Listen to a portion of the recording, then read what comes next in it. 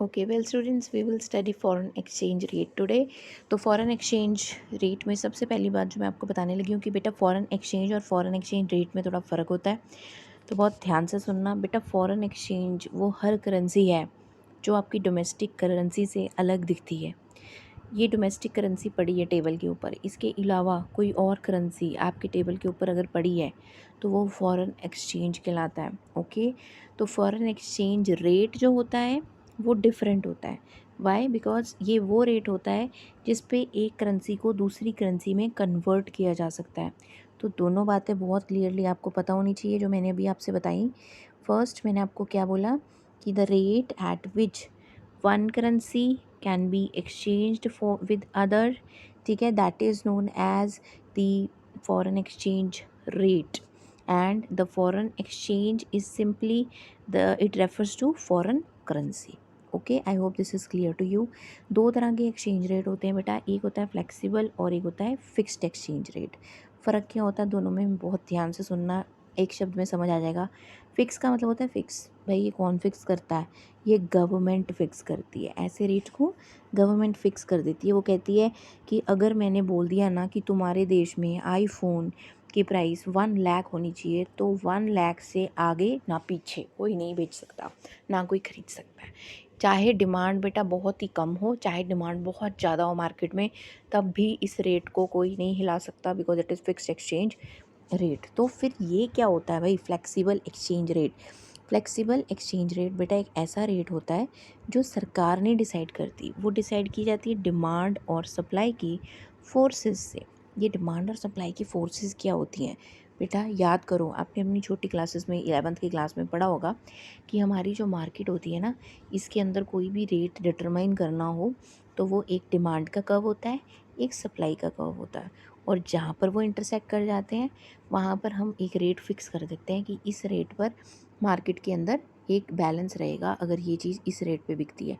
तो याद क्या रखना है कि जो फ्लेक्सिबल एक्सचेंज रेट है वो हमारा डिमांड एंड सप्लाई की फोर्सेस से आता है। जो फिक्स रेट है वो कौन आता है? गवर्नमेंट से आता है। ठीक है, ये बढ़ता घटता रहता है, बट गवर्नमेंट का रेट क्या होता है? फिक्स। एक बार जमा दिया गवर्नमेंट ने तो वहीं पर जमा रहता है। ठीक है, चलो आगे समझो। ये तो मैंने आपको ब्रीफली बताया। अब बात ये है कि फ़िक्स की तो कोई दुविधा ही नहीं है, सरकार ने कहा ये है तो ले लो उसमें।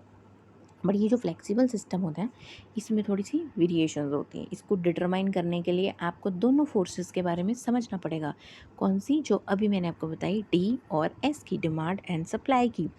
अब देखो, ये जो फ्लेक्सिबल एक्सचेंज रेट होता है इसका एक दूसरा नाम भी होता है। इसका दूसरा नाम होता है फ्लोटिंग एक्सचेंज रेट। फ्लोटिंग का मतलब क्या होता है भाई? फ्लोटिंग का मतलब होता है जो इस तरह से बहता रहता है मार्केट के अंदर। कभी ये रेट यहाँ होता है, कभी यहाँ होता है, कभी बीच में, कभी यहाँ, कभी यहाँ, कभी यहाँ, कभी वहाँ। तो ऐसे रेट के बारे में कुछ नहीं कहा जा सकता। ये डिपेंड करता है कि मार्केट में अभी लोग कितनी डिमांड कर रहे हैं एक चीज़ की। और अगर देखो डिमांड बहुत ज़्यादा है, मुझे पता है कि डिमांड लोग बहुत ज़्यादा कर रहे हैं, तो मैं क्या करूँगी, रेट, क्योंकि मैं प्रॉफिट कमाना चाहती हूँ तो मैं रेट बढ़ा दूँगी। मुझे पता है बिकेंगी बिकेगी। अगर डिमांड हो ही नहीं रही चीज़ की मार्केट में, मेरी चीज़ ऐसे की ऐसी पड़ी दुकानों में, तो मैं क्या करूँगी, उसकी प्राइस कम कर दूँगी। तो प्राइस को हिलाने के लिए डिमांड को समझना बहुत ज़रूरी होता है। तो वैसे ही फ़ॉरेन एक्सचेंज होता है या फ़ॉरेन एक्सचेंज। अब रुपीज़ की वैल्यू आजकल आपको पता है डॉलर के कंपैरिजन में जो रुपी है वो वीक हो गया है ना? क्योंकि $1 की वैल्यू हम कहते हैं कि 80 रुपए तक की हो गई है। ठीक है, और एक ज़माने में इसकी वैल्यू ये थी 60। तो आप मुझे बताओ कि इस समय 60 रुपी के बदले में $1 था या 80 रुपीज़ के बदले में $1 है, तो हमें इंडियंस को तो नुकसान होएगा ना। हम पहले फ़ॉरेन में जाते थे करेंसी लेके, डॉलर लेकर जाने थे फ़ॉरेन में, तो हम $1 मतलब मुकाबले में 60 रुपये लेके जाते थे। अब उसी $1 के लिए हम 80 रुपये लेके जाते हैं, तो हमारे लिए क्या हो रहा है? नुकसान हो रहा है। तो आपको वही चीज़ समझाने लगी हूँ। ये डिमांड ऑफ फॉरेन एक्सचेंज है या ये जो सप्लाई ऑफ फॉरेन एक्सचेंज है, ये कैसे डिटरमाइन की जाती है? पहले समझो डिमांड ऑफ फॉरेन एक्सचेंज के बारे में।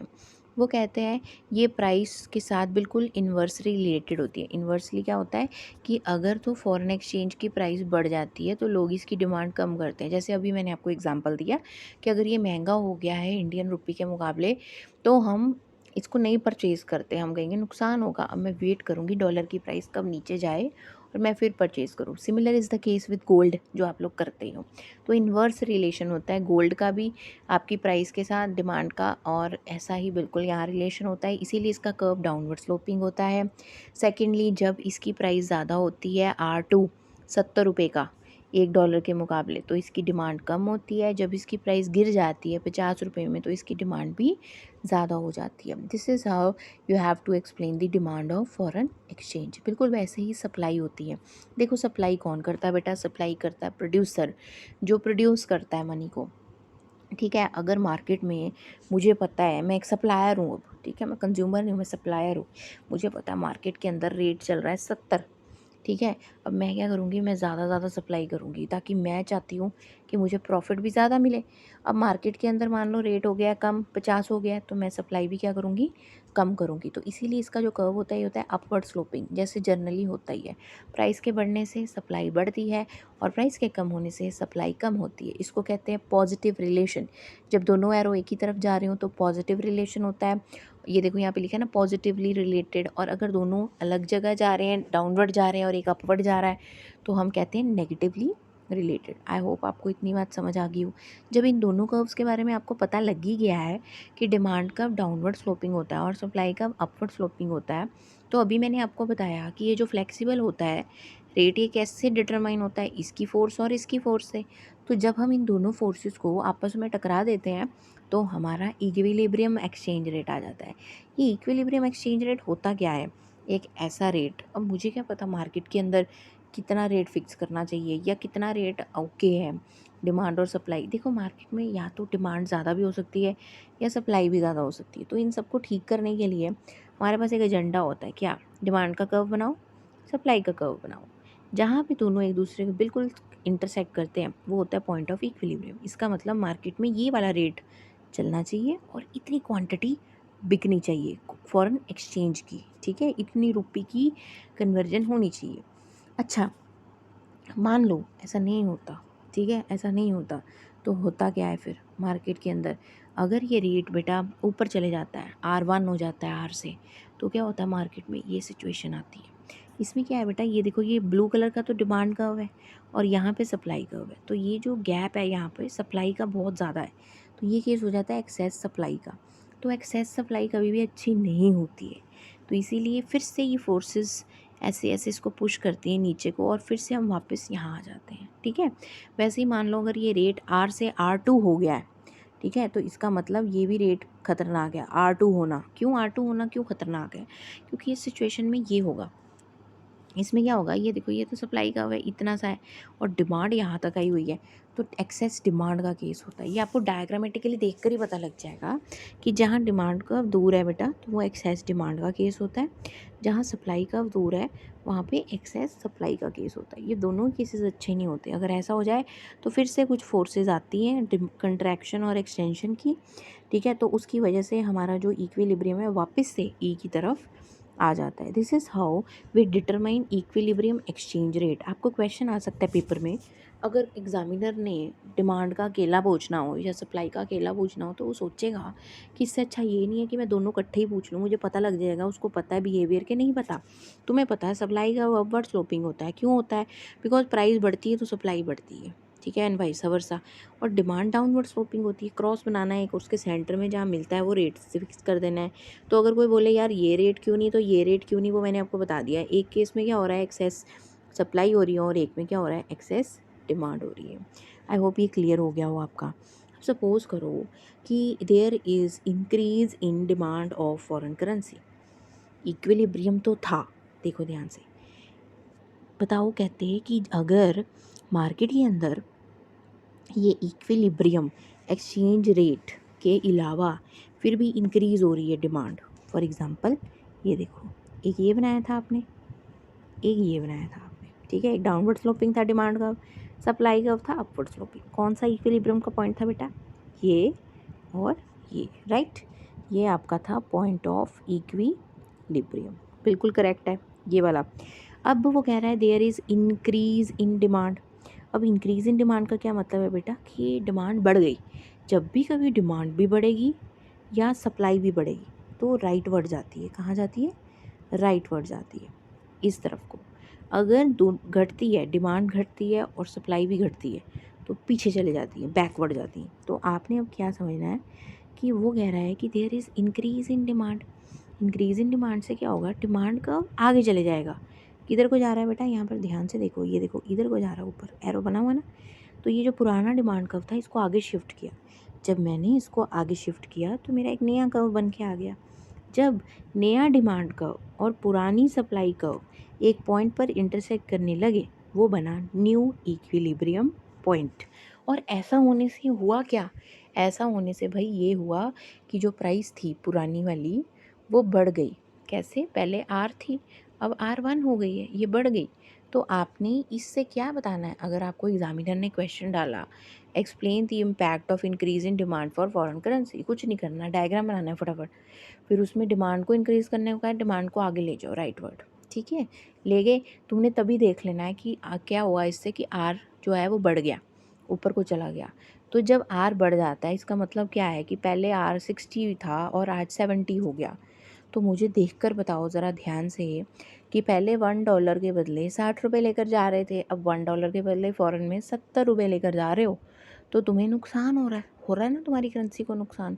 तुम्हारी करेंसी की वैल्यू घट रही है, इसलिए तुम्हें ज़्यादा पैसे लेके जाने पड़ रहे हैं बाहर, है ना। पहले और इस वजह से इस कंसेप्ट को हम बोलते हैं डेप्रिसिएशन ऑफ डोमेस्टिक करेंसी। क्या बोलते हैं, डेप्रिसिएशन। तो बच्चे क्या करते हैं, 60 से 70 देखकर यहाँ पर गलत करके आ जाते हैं पेपर में। तो ये गलती नहीं करनी बेटा, 60 से 70 तो हुआ है पर ये बड़ी नहीं है, ये कम हुई है।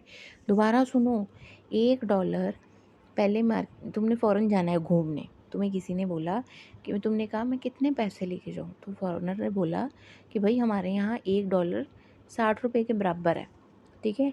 तो मैं हिसाब लगाऊंगी कि मुझे अगर 100 या मुझे जितनी भी अमाउंट 1000 रुपीज़ लेके जाने हैं तो मैं उसको डॉलर से वो कर दूँगी, डिवाइड करके निकाल लूँगी। अब बात यहाँ पर ये आती है कि मुझे अब वो कह रहा है कि $1 के बदले में 70 रुपये लेके आने पड़ रहे हैं, तो मेरे को तो ज़्यादा लेके जाने पड़ रहे रुपए। इसका मतलब मेरी करेंसी की वैल्यू घट रही है as compare to US dollar. इसीलिए आपने यहाँ पर ये चीज़ एक्सप्लेन करनी है, ठीक है। ये एक्सप्लेनेशन भी इसकी बड़ी अच्छी दी हुई है, ये PPT आप देख लेना, यहाँ पर नोट कर सकते हो। तो ये करेंसी डेप्रिसिएशन का कंसेप्ट भी यहीं से आपको पता लग जाता है, वेरी वेरी इंपॉर्टेंट। फाइन, चलो आगे समझते हैं अगली बात। अगली बात होती है, यहाँ पे लिख भी दिया है इन्होंने कि अगर when domestic currency depreciates or loses its value in relation to foreign currency, it is called as currency depreciation, very very important। अब आ जाता है, मान लो ये जो इंक्रीज़ इन डिमांड की जगह हो गया डिक्रीज़ इन डिमांड, ठीक है। अब भाई हमने ना ये जो डिमांड थी ना ये कम कर दी, तो पुराना वाला जो डिमांड कर्व था हमारा वो था D, ये देखो D और S लिखा हुआ है यहाँ पे, ध्यान से देखो, ये लिखा है ना D और S, ऐसे देखना होता है। तो ये पुराना डिमांड कर्व और पुराना सप्लाई कर्व था, तो उसके हिसाब से इक्विलिब्रियम पॉइंट क्या था, ये था। अब मैंने बोला भाई डिक्रीज़ इन डिमांड कर दो, तो डिमांड जब कम होती है या सप्लाई भी कम होती है तो पीछे जाती है, लेफ़्ट, तो लेफ़्ट चलेगी। कर्व मैंने डिमांड का ही लाना है, सप्लाई का नहीं लाना, डिमांड को ही पीछे लेके जाना है, क्योंकि क्वेश्चन ही वो है। जब मैंने ऐसा किया तो नया डिमांड कर्व और पुराना सप्लाई कर्व जहाँ पर ये D1 और S इंटरसेक्ट कर रहे थे आपस में, वो हुआ ये पॉइंट, नया इक्विलिब्रियम पॉइंट। इससे हुआ क्या बेटा, इससे ये हुआ कि अब जो मेरी प्राइस थी वो क्या हो गया, कम हो गई, रेट कम हो गया। इसका मतलब 60 से 50 पे चला गया। तो अब तुम देखो मार्केट के अंदर फ़ॉरेन जाना है तुमने, पहले $1 के बदले में 60 रुपये लेके जा रहे थे, अब $1 के बदले में 50 रुपये लेके जा रहे हो, तो क्या कर रहे हो, तुम्हें फ़ायदा होने वाला है। इसलिए हम इस कंसेप्ट को बोलते हैं, ये देखने में बिल्कुल उल्टा लगता है, 60 से 50 होना वैसे देखने में तुम्हें लगेगा कम हो रहा है, पर ये हमें फ़ायदा हो रहा है। तो it is called as appreciation of domestic currency, very very important. Please kindly make sure कि आपको ये कंसेप्ट अच्छे से आ जाए। करेंसी एप्रिसिएशन का मतलब भी यहाँ पे लिखा हुआ है, पेपर में 100% पूछा जा सकता है आपको। वहाँ पे लिखा है जब आपकी डोमेस्टिक करेंसी गेन करती है, ठीक है, गेन करती है value in relation to other currency, इसको बोलते हैं करेंसी एप्रिसिएशन। अब बात यहाँ पे ये आती है, पहले तो तुमने इंक्रीज़ और डिक्रीज़ इन डिमांड की बात की, अभी दो केस किए थे ना, इंक्रीज़ इन डिमांड और डिक्रीज़ इन डिमांड वाले। बिल्कुल ऐसे ही दोनों केस आपने खुद बना के पहले ही देख लेने हैं। Increase in supply and decrease in supply. करना क्या है, इंक्रीज़ इन सप्लाई में बेटा आपने राइट वर्ड जाना है, डिक्रीज़ इन सप्लाई में सप्लाई कर्व को इधर को लेके आना है लेफ्टवर्ड। तो वही काम यहाँ पे किया, और इससे भी एक केस में अप्रिसिएशन होगी और एक में डेप्रिसिएशन। कोई रट्टा नहीं मारना, कर्व बनाओगे अपने आप दिखा देना, वहाँ पर तुम्हें पता लग जाएगा अप्रिसिएशन और डेप्रिसिएशन का। पुराना डी देखो बड़े ध्यान से, कौन सा है ये पुराना डी कर्व, पुराना एस कर्व कहाँ मिल रहे हैं आपस में, यहाँ पर। ये पुराना इक्विलिब्रियम था, उसने बोला सप्लाई को इंक्रीज़ कर दो, राइटवर्ड शिफ्ट करें। अब किसको करना है बेटा, सप्लाई के कर्व को शिफ्ट करना है। तो वही चले गए हम राइटवर्ड। जब राइटवर्ड गए तो ये डी के साथ कहाँ इंटरसेक्ट करा था, यहाँ पर। इससे क्या हुआ, रेट क्या हुआ, नीचे आ गया बेटा। जब रेट नीचे आ गया तो इसका मतलब कौन सा केस है, ये एप्रिसिएशन का केस है। तो इंक्रीज इन सप्लाई की फॉरेन करेंसी की वजह से एप्रिसिएशन होगी। वैसे ही दूसरा केस है, इसने डिक्रीज इन सप्लाई का करोगे तो आपको पता लगेगा कि रेट जो है वो ऊपर चला जाएगा, बढ़ जाएगा। इसका मतलब ये नहीं कि हमारा फ़ायदा हो रहा है, इसका मतलब है हमारा नुकसान हो रहा है। कैसे, क्योंकि पहले जो डॉलर के बदले में 60 रुपये थे, अब 70 हो गए, रेट बढ़ गया। तो इसका मतलब हमारी करेंसी को डेप्रिसिएशन हो रही है। I hope this is clear to you. इसकी एक्सप्लेनेशन भी दी है। अब थोड़ा सा इन्होंने फिक्स्ड एक्सचेंज रेट का बताया है। उसने बोला it is maintained by government. ठीक है, ये क्लियर होगा आपको कि गवर्नमेंट ने जो मेंटेन कर दिया उसको क्या है, ये गवर्नमेंट की मर्जी होती है। उसने इसको इक्विलिब्रियम लेवल से, मतलब इस इक्विलिब्रियम लेवल से ऊपर रखना है या नीचे रखना है, ये गवर्नमेंट की चॉइस होती है ना। और यहाँ पर मैनेज फ्लोटिंग का कंसेप्ट भी आ जाता है। एक मैनेज फ्लोटिंग मैं आपको बहुत इंपॉर्टेंटली समझाने लगी हूँ, बड़े ध्यान से सुनना, इस पे भी क्वेश्चन आ जाता है। वो कहते हैं वैसे तो देखो, ये जो डिटर्मिनेशन होती है ऑफ डिमांड एंड सप्लाई, ये कैसे की जाती है, ये की जाती है सप्लाई और डिमांड की फोर्सेस से। बट कभी कभी जो आरबीआई है वो इसमें दखल अंदाजी करता है। ठीक है, उसको लगता है, जैसे फॉर एग्जांपल ये रेट हो गया ना, ये मार्केट का रेट था। ठीक है, कभी कभी आरबीआई को लगता है ये जो रेट है ना ये कम है, तो ज़्यादा कर दो।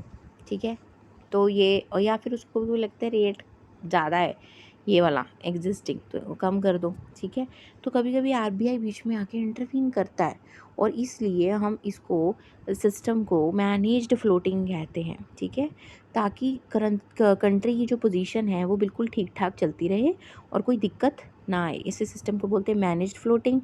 और अगर तो वो कहते हैं कभी कभी इंटरवेंशन होती है, मैनेज फ्लोटिंग करते हैं गवर्नमेंट, तो इसको डर्टी फ्लोटिंग भी कहा जाता है। तो क्वेश्चन आपको मैनेज फ्लोटिंग, डर्टी फ्लोटिंग, या फिर डिमांड और सप्लाई की फोर्सेस को जब दखल अंदाजी कोई आके करे, छेड़छाड़ करे इनसे, तो इसको क्या कहते हैं, इसको मैनेज फ्लोटिंग कहते हैं।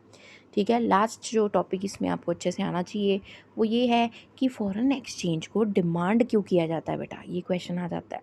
अब मान लो डिमांड का मतलब क्या होता है, डिमांड का मतलब ये है कि कोई क्यों मांगता है फॉरेन एक्सचेंज, और एक होता है सप्लाई, कि फॉरेन एक्सचेंज की सप्लाई क्यों की जाती है एग्जैक्टली तो यहाँ पर आपने क्या कहना है कि फॉरेन एक्सचेंज जब डिमांड किया जाता है, ये मैं आपको पार्ट 2 में बताती हूँ। ठीक है।